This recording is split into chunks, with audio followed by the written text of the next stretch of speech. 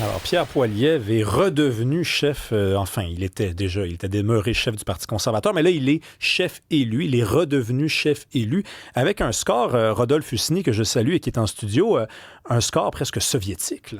80,4 %. Ah oui. Mais bon, le député qui avait été élu aussi sous la bannière conservatrice lors de la dernière élection était à 82 %. Donc, en Alberta, je pense que c'est pas trop difficile de se faire élire, surtout dans cette région-là, comme candidat conservateur. Et tu le fais bien de le souligner, il redevient chef de l'opposition officielle. Donc, ça veut dire que maintenant, il va pouvoir non seulement être député, mais poser des questions directement à Mark Carney, au premier ministre Mark Carney, lorsque les travaux parlementaires vont reprendre. Et ça, c'est quand même extrêmement important parce qu'un chef qui n'a pas de siège et surtout qui ne peut pas participer à la joute parlementaire, ça ne donne pas, en tout cas, une très bonne image. Donc, Pierre Poilievre a réussi son pari, mais il n'est pas sorti du bois pour l'instant parce qu'il y a encore d'autres défis devant lui. Lesquels? Tout d'abord, il ne faut pas oublier qu'un chef conservateur qui n'a pas été élu premier ministre doit faire face à un vote de confiance. Ce vote de confiance aura lieu au mois de janvier en Alberta. Et là, c'est vraiment les membres du Parti conservateur qui vont se prononcer. On se souvient, par exemple, que Erin O'Toole avait été éjecté lors d'un vote de confiance des députés et Andrew Scheer avait lui-même démissionné, on pourrait dire, sous la pression. Donc ça, c'est quand même un gros test pour M. Poilievre. Et n'oublie pas que tout cet automne, il y a toute la joute parlementaire. On voit quand même, je ne sais pas si tu me permets l'expression, mais j'ai l'impression... Je te permets tout, Rodolphe. M. Carney, oui, a été élu libéral, mais tu regardes, il se dirige presque comme un conservateur parce que, bon, il a dit qu'il ne voulait plus la taxe sur le carbone. Il a même annulé le gain en capital ou l'augmentation du gain en capital. Il est presque prêt à dire qu'il serait prêt à avoir un pipeline. C'est pas quand même un discours traditionnel de libéral, ou en tout cas, on a vraiment fermé la porte sur l'ère Justin Trudeau. On va voir qu'est-ce qui va se passer avec M. Carney concernant le budget. Est-ce que ça va être vraiment un morceau important pour M. Poilievre pour essayer de marquer des points? Parce que si on regarde les sondages, la lune de miel entre Mark Carney et les Canadiens continue et les conservateurs ont perdu des plumes depuis les résultats de la dernière élection fédérale. Mais, je veux revenir sur le vote de confiance parce que tu sembles sous-entendre que ce n'est pas qu'une formalité, c'est-à-dire qu'il y a deux chefs, Erin O'Toole qui, lui, avait perdu ce vote de confiance-là, Andrew Scheer, lui, avait démissionné. Tu n'as pas l'impression qu'en donnant le signal à Pierre Poilievre qu'il pouvait se représenter, qu'il était le chef, on n'a pas déjà envoyé à l'intérieur du parti le signal qu'il serait le chef du parti pour l'élection qui s'en vient dans 2-3 ans? Écoute, pour l'instant, je ne vois pas en tout cas de fronde à l'intérieur du parti et pour M. O'Toole, il faut le souligner, c'était les députés qui avaient voté, qui s'étaient donné le pouvoir de mettre le chef. Maintenant, il va s'adresser aux membres. Mais c'est pour ça que je te dis que l'auditoire cet automne pour M. Poilievre est double. D'un côté, il doit être chef de l'opposition officielle et s'adresser à tous les Canadiens puis essayer de remonter dans les sondages, mais il doit aussi défendre son poste de chef du Parti conservateur. Donc, il doit s'exprimer aux militants du Parti conservateur, ceux qui ont vraiment une carte et qui vont s'exprimer en janvier pour renouveler en tout cas son leadership. Puis c'est comme un peu la question à la Bernard Landry, ça va être quoi le fameux pourcentage de soutien? Est-ce que 80% c'est bien, 90% c'est mieux? Ça va être un peu ça. N'oubliez pas que M. Poilievre avait gagné très fortement lors d'un premier vote quand il s'est présenté contre Jean Charest. M. Landry n'en était pas conscient à l'époque, mais il a vraiment changé toute l'idée qu'on se fait des votes de confiance désormais. On rappelle qu'il ne s'était pas satisfait d'un vote de confiance qui était monté à combien? À peu près 80%? Non, un peu moins, 70.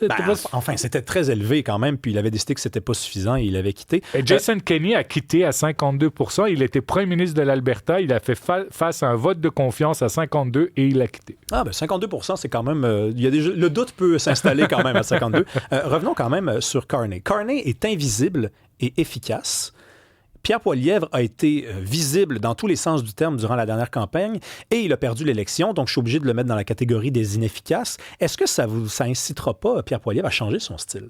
Ça va être la grande question. Quel va être ce style? Parce que normalement, M. Poilievre devrait être vu comme le premier ministre en attente. Mais est-ce qu'il va revenir dans ses habits de chef de l'opposition? On se souvient qu'il était très performant contre Justin Trudeau, comme je vais utiliser l'expression attack dog. Il était très fort comme attack dog, comme chef de l'opposition position officielle. Mais là, maintenant, s'il veut aspirer à être premier ministre, il faut qu'il soit vu comme un premier ministre. Surtout que M. Carney n'est pas du tout le même style que Justin Trudeau. Il donne des réponses qui sont, on va dire, il ne dit pas je vais continuer à avancer pour continuer à avancer pour continuer. Alors, tu vois que déjà, il y a une prise qu'il n'a pas. Donc, ça va être très intéressant de voir quel style M. Poilievre va vouloir adopter parce que, pour l'instant, les Canadiens lui font confiance et le style Carney est un style, on va dire, un peu plus réservé et il ne s'adresse aux Canadiens aussi que quand il y a quelque chose à dire. Parlons de la commission Galland. Il y a des gens qui attendent le retour de Stat à la télévision. Les travaux de la commission ont recommencé, puis il faut absolument lire, je m'adresse à vous, là, à la maison, allez lire des extraits, c'est dans à peu près tous les articles de journaux qui traitent de cette nouvelle-là, des extraits donc de la lettre que la lanceuse d'alerte à la SAQ avait écrite en 2017. Ça donne froid dans le dos. Elle se prononce sur le leadership de Karl Malenfant, qui était à l'époque aux commandes. Un homme, selon elle, je le précise quand même parce qu'on n'a qu'une seule version, un homme qui était presque tyrannique là, dans la mesure où il faisait sortir des employés du bureau en les faisant escorter. Il partait des rumeurs. Il était extrêmement dur. Ça frôle même le sexisme. Je répète, c'est sa version à elle, mais ça commence à s'accumuler pas mal, ces signaux-là d'un leadership qu'on a dessus d'une certaine façon à la SAQ et qu'on a laissé se déployer comme ça malgré le fait que ça ne plaisait à pas beaucoup de monde. Oui, et dans cette lettre, la lanceuse d'alerte a même dit qu'il voulait ouvrir des soumissions. Et on sait très bien que, des soumissions, on ne les ouvre pas comme ça. Il y a tout un processus. Ouais. Et lui voulait ouvrir ses soumissions. Donc, hier, ça a été très intéressant d'avoir cette lettre. Et ça a mis, en tout cas, le ministre libéral, l'ancien ministre libéral Lessard, en tout cas sur la défensive, parce qu'on lui a dit, mais qu'est-ce que vous avez fait lorsque vous avez reçu cette lettre de la lanceuse d'alerte? Il s'est expliqué en disant, je l'ai envoyé au Conseil du Trésor, j'ai demandé à la PDG de régler ça, mais ça a fait en tout cas que hier, c'était un point en moins pour les libéraux.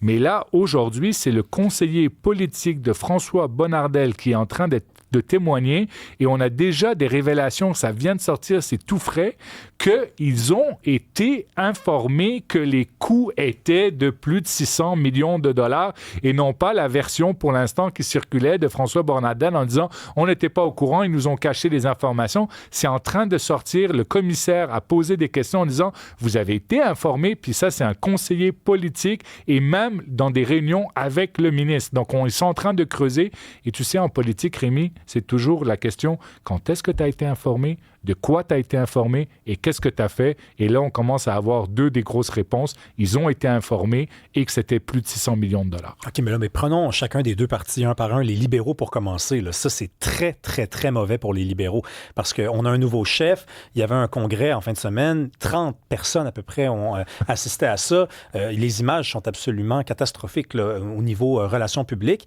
Et là, donc, on a une réputation aussi qui nous revient de l'héritage de Jean Charest, parti...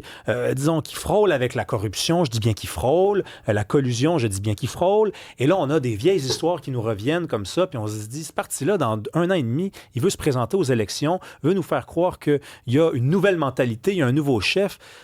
Mais est-ce qu'on va vraiment voter pour un parti de même qui va nous ramener dans ces vieilles histoires-là? C'est sûr que ça donne des arguments, en tout cas au Parti québécois. Puis même avant le témoignage, je aurais pu te dire hier que la CAQ pourra marquer des points en disant regardez, les libéraux, c'est la même chose. Puis c'était aussi, ne l'oubliez pas, sous Philippe Couillard. Donc ça, c'était le premier élément. Mais là, aujourd'hui, en tout cas, la CAQ est en train va devoir se justifier. On attend le témoignage maintenant cette semaine, à la fois de François Bonnardel et de Geneviève Guilbeault. Mais pour l'instant, le témoignage de son conseiller politique était au courant de ses coups. Oui, puis en fait, je voulais qu'on en parle, mais il n'y a rien à dire. La CAQ, c'est des mauvaises nouvelles à chaque jour. C'est pas compliqué, là. Ça fait 2 ans qu'à chaque jour, c'est une mauvaise nouvelle, une mauvaise nouvelle, une mauvaise nouvelle. Parlons de Trump, parce que j'en parlais plus tôt avec Nick Payne, chroniqueur politique ici. Là, on dirait que peut-être qu'il va gagner son pari. Écoute, hier, on a vu un Donald Trump, président des États-Unis, qui a même lu et qui a fait très attention à ce qu'il a dit, entouré de des grands chefs de gouvernement et de chefs d'État européens. On a vu un véritable président des États-Unis qui s'est mis les 2 mains dedans pour essayer, en tout cas, d'avoir une solution. Le début, je dois dire, le début d'un long chemin tortueux vers la paix. Mais en tout cas, on doit regarder ça et dire bravo parce que à la fois les chefs européens étaient là, à la fois M. Poutine a accepté de rencontrer pour l'instant Zelensky. On va voir si cette rencontre va vraiment avoir lieu. Mais souviens-toi, Rémi, il y a quelques mois, on se disait, bon, Zelensky n'a pas été élu depuis je ne sais pas combien d'années. Est-ce qu'il est vraiment légitime? Poutine a dit, Zelensky, il n'est pas à mon niveau, je ne veux pas le rencontrer. On dirait que maintenant, M. Trump a réussi son pari après ce fameux sommet de Anchorage d'avoir possiblement, bientôt, on regarde, une rencontre Zelensky avec M. Poutine, ce serait quand même une grande avancée. Je ne sais pas si ça t'a amusé comme moi, mais toute la question du décorum aussi, oui. Parce qu'on a reproduit la même scène. Écoute, hier, j'étais en studio pendant la rencontre entre Zelensky et Donald Trump, et je ne nommerai pas la personne qui a dit ça parce qu'elle paraîtrait un petit peu mal, mais elle était à côté de moi pendant la pause, puis elle me disait « Ah, c'est des vieilles images de la rencontre d'il y a quelques mois. » Je dis « Non, c'est en direct, c'est écrit sur la télé. » Il m'a dit « Ben non, il est assis à la même place, J.D. Vance est assis à la même place. » Et je pense, et tu me diras ce que tu en penses, que Donald Trump a voulu reproduire la même scène pour nous rappeler que c'était pas lui qui était fautif la dernière fois. Parce que s'il était fautif la dernière fois, il aurait dit J.D. Vance ne vient pas ou ne t'assis pas à la même place. On va peut-être changer quelque chose dans, je sais pas, l'image pour dire qu'on a pris conscience de notre erreur la dernière fois. Non. Il a même réussi à faire en sorte que Zelensky porte un veston. Oui, et Donald Trump a accueilli M. Zelensky à la porte de la Maison-Blanche avec tous les honneurs. D'ailleurs, il ne l'a pas fait pour les autres dirigeants européens. Donc oui, j'ai l'impression qu'on a recommencé une nouvelle relation entre l'Ukraine et les États-Unis. Maintenant, il reste tout à faire et on ne peut pas commencer comme ça. Ils n'ont pas parlé encore d'échange de territoire, ils n'ont pas parlé de ces fameuses garanties de sécurité. Donc, il reste beaucoup de travail. Mais si il y avait le début d'une rencontre et ensuite avec une rencontre avec le président Trump et peut-être après une rencontre avec des dirigeants européens, c'est quand même tout un changement de cap. Souvenez-vous, ça fait presque 2 ans et plus qu'aucun dirigeant veut parler avec M. Poutine. Merci beaucoup, Rodolphe Husny. C'est toujours intéressant. On se parle bientôt. Merci, Rémi.